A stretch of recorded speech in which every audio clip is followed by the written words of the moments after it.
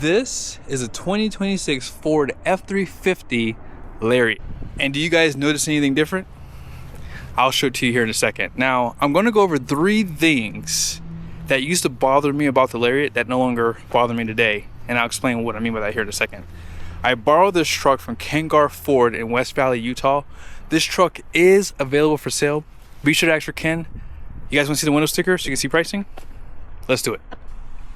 At the very top is the description. Glacier gray is the color, black interior. And then this is going to be a short listing of the standard features. Be sure to pause to see more. Now, starting off the options is the Glacier gray for $995. High output was $13,495. This one does have the 355 locker out back, chrome package for $1,550, FX4 off-road package for $600, rapid heat, engine block heater, 5th wheel hitch prep package, security code, twin panel, outfitter switches. It has just about everything, and it has Lariat Ultimate, which means it's going to have the premium package too. Base price is $67,140. Destination is $27,995 for a total price of $95,630. In the comment section, what does this truck remind you of when you see it? For me, it reminds me of Sunday morning. I don't know why. Maybe it's the Glacier gray with the chrome. It looks really good, actually. You know, chrome is kind of growing on me because everyone has blackout now. Everyone has monochromatic look. So now chrome is starting to shift in my head a little bit more so. But regardless of that, chrome package. Now, let's talk about that for a second. If you get a Lariat, it does come standard with a chrome grille and front and rear bumpers. Now, you don't get a chrome wheel, so that is an upgrade, and I actually like that design wheel too. It looks really good on this truck. Also, this trimming would be chrome too. But with that chrome package, you do add chrome here, here, and on the wheels. So regardless of that, oh yeah, by the way, it does give you the fixed chrome running boards, but because we added the ultimate package, it gave it these power deployable ones, and they have chrome down there too. Now on the front end, premium lighting comes standard. This also has the front parking sensors because of that premium package, I believe. Or no, is it because of the ultimate package? I'm sorry, ultimate package, sorry. And you guys see, has the 360 camera, so you have that front camera, also the back, and then one on the mirrors, which makes up that 360 camera view. That comes standard on Lariat. Also, solid front axle on this truck. You guys see too, it has a fabric liner, and then here are the tires, which are the Bridgestone Dueler all-terrains, 275/65/20 LT, which is 34.1 inches tall, 10.8 inches wide, 3,750 pounds of capacity at 80 psi cold. Now, you guys see 8 lug. I like the design of these wheels. They really have a nice look to them. They have like this tough HD look, but they have like a really nice style to them, I guess. I don't know how to explain it, but I like the overall wheel design on this truck. And the only way you can get these is if you get the chrome package on the King Ranch or on this truck. Here's a side view. Glacier gray costs more because of this. You see all that nice flake in there? This is a metallic paint, and man, it looks so stinking good. Now let's go ahead and step up here. You guys see that twin panel? No clearance lights, but you know, they're available even for these single rear wheel trucks. Fun fact, one of my buddies, Nick Vasquez, told me if you buy a truck in California, clearance lights are deleted on those trucks, which is interesting. I don't know why they do that. 6'8" bed. Also, FX4 does add downhill assist, and you get the skid plates for the fuel tank, also for that transfer case, which I highly recommend. Not for going off-road, but if you go down the highway, you run over something and it hits that tank, you have some protection now. 34 gallon, 7.4 gallon. And then you guys see, here's your leaf pack. You have 4 leaves in the main with the overload. No liner on this $95,000 truck. That is available, however. You don't have the full LED tail lights, not available on Lariat. Class 5 hitch. And what's nice about this truck is it's going to have an assisted tailgate. You can see the step here. Also, you have the steps on the side of the bed, which I like. Some people say they hate them. I like them. It's a truck, guys. Fifth wheel prep package. This one does have 7 and 12-way plug. I like this button here for the bed lights. There is a camera above. Also, defrost and sliding glass is an option on this truck, so you gotta be sure to add those with the premium package. And down below, they should give you a Bridgestone Dueler.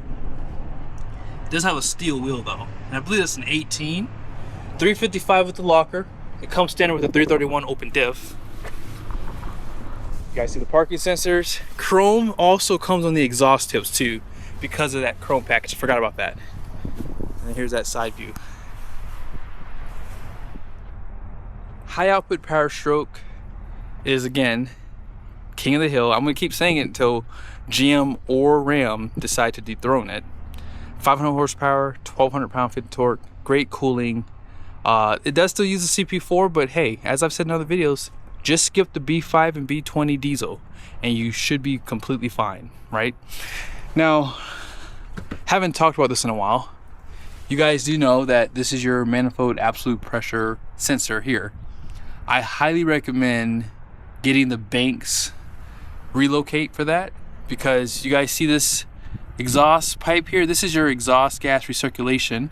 It puts soot back into the intake manifold, and that gets dirty really quickly. I had about 20,000 miles on my truck and I could barely get my sensors clean. So it's just a cheap insurance. It's going to help make sure your truck show accurate fuel economy and doesn't affect your performance too. So just a quick, cheap thing to do. You can do it in your driveway. I would recommend, before you even pick up your truck, just go ahead and do it while you're at the dealership. Now, I do have a promo code down for that. Also, I have done videos on their cold air intake systems. They have boost too, so just check out my promo code if you'd like to buy anything. 10-speed transmission known as a 10R140. I think that the transmission performs really well. And let's go ahead and talk about some of the things that Ford has pretty much done on this truck that I didn't like at first, but now it doesn't bother me as much. Starting with the powertrain. So there was a time when you could not get the 6.8 liter with the Lariat. You only had the option for the 7.3, and four-wheel drive came standard. Now, if you're buying this truck today, 6.8 comes standard, and it does come standard with 4x2. Now, the reason why Ford did that is because their marketing team is amazing. They found a way to drop the price of this truck, right? Because in 2023 and 2024, and I believe in 25 too, when they probably made this shift here, they basically made it standard with the 7.3 and four-wheel drive. So losing those two options significantly dropped the price. And so now you get the 6.8 with 4x2. Now, I will say this about the 6.8. I don't mind it because for most people, if you're just going to and from someplace, you're not really towing, you just want a really nice Super Duty pickup truck like this one here, I understand why you would get the 6.8 engine, because the transmission behind it, which is the 10R100, I believe, that transmission is really good for just day-to-day driving. Like, it's not harsh, it's not as overbuilt as a 10R140, which is behind the 7.3. So I highly recommend, if you are buying this truck, you could just get the 6.8 and you'll be fine with that, and it tows pretty darn good too. Now, up next, I hated the fact that Ford got away from the power steering column on the Lariats, but now I don't care as much because you still get tilt and telescoping. It's just manual now. Also, the ActiveX, I've forgotten about these seats, guys. I don't notice really a big difference with this. So for me personally, these seats work just fine. And let's just face it, the interior for the Lariat works just fine. Now, if you get the Ultimate package, you do upgrade the B&O sound system. I believe it goes from an 8 speaker to 14 or 15 speaker. Also, you get heads-up display right there. This one did have the twin panel, which I will admit, only HD Super Duty in the segment with that option. The only thing I will say is, I know some people don't like the Baja interior, but if I were building this truck the way it was, I would add the Baja interior because it would give you the black roof to match the rest of the interior. You just have the tan accents in the center of the seats, and I think it looks kind of nice. So here you have this wireless charger that I believe comes a part of the premium package. I believe it used to come a part of the Ultimate package, and if I'm wrong, please clarify in the comment section because they've changed these packages up so much. You have drive modes, lockers right there, dual climate control, heated and ventilated seats, 12-inch display. This truck comes pretty loaded. A lot of nice features. Home links there. Out back, look at all that storage there too. And you have the carpeted mats. I would probably recommend, if you are building your truck from the factory, skip the all-weather mats, because sometimes they will delete these, right? And they don't give you a discount for them. So you might as well just order them at the dealership when your truck arrives. That way you have both. Now you guys will see outboard heated seats, USBs. You also have a power plug, 120 volt.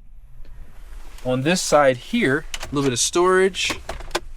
And if you want your truck to be able to carry a bed camper, you have to get the camper package. Just note that it could potentially make the truck ride a little bit harsher. If that's important to you, maybe don't do it. Yeah, this is a really nice truck. A lot of people have been skipping the lockbox for this area too. I've only seen a couple trucks in the past with it. And let's go ahead and start it up. See the trailer brake right above your drive mode. So let's talk about that for a second. Ford is the only truck that gives you multiple drive modes. You have eco, tow haul, you have normal, also slippery, and off-road. Now, GM does give you off-road and normal for the HD, Sierra, and Silverado. Of course, you have tow haul, but Ford gives you the eco mode. Now, I'm not sure, does it really work?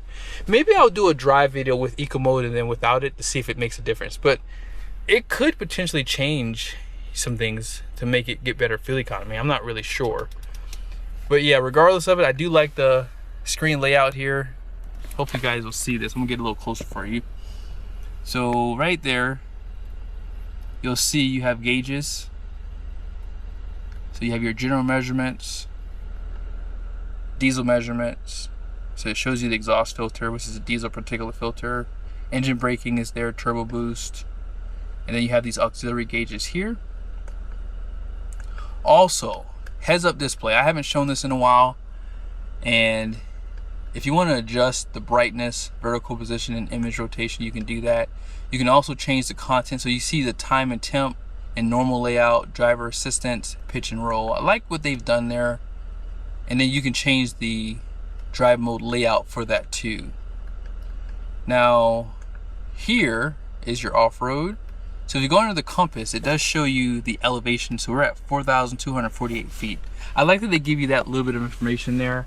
On this screen is a lot of different features that you'll see in here. I'm not gonna go through everything, but if you wanna control these running boards, you can do the approach detection, or you can turn that off. It does give you a description of what that is right there.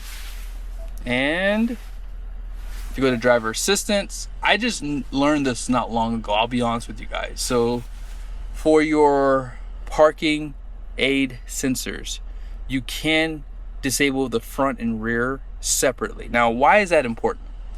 If you're someone who tows a trailer, right, and you want your front sensors on, but you don't want the rear ones on because of your trailer, that's what's nice about that. Because whenever I've pulled into campgrounds in the past with my fifth wheel, sometimes people park on the road because some campgrounds are really tight. So it's just nice to have a little bit of, you know, sensory up front without having to disable all the sensors. Because if you have the front and rear on like GM trucks do, that you can't separate it, then you're fighting the sensors basically when they're on. So I like that Ford gives that option to you. Now here are the numbers on the door. Front gross axle weight rating is going to be 5,200 pounds. The rear is going to be 7,230 pounds. Gross vehicle weight rating is 12,000 pounds. And 20 by 8 wide wheels. The axle codes a 3J because of the 355 locker. And then here's the all-in payload capacity. 3,970 pounds. 60 PSI for the front tires. 80 PSI for the rear. What do you guys think? 95 grand for this truck. Now I'm pretty sure if you call Ken here, he can get that price down pretty good. And I'm pretty sure if you go on their website, you'll see that they already have this truck discounted. So I think this is a really nice build. And I will say, with the chrome, with the Glacier gray, it actually looks really good. This color looks good with blackout too, I will say. But when I saw this today, I figured I'd do a quick video for you guys because it does look nice. Let me know your guys' thoughts in the comment section. See you guys soon.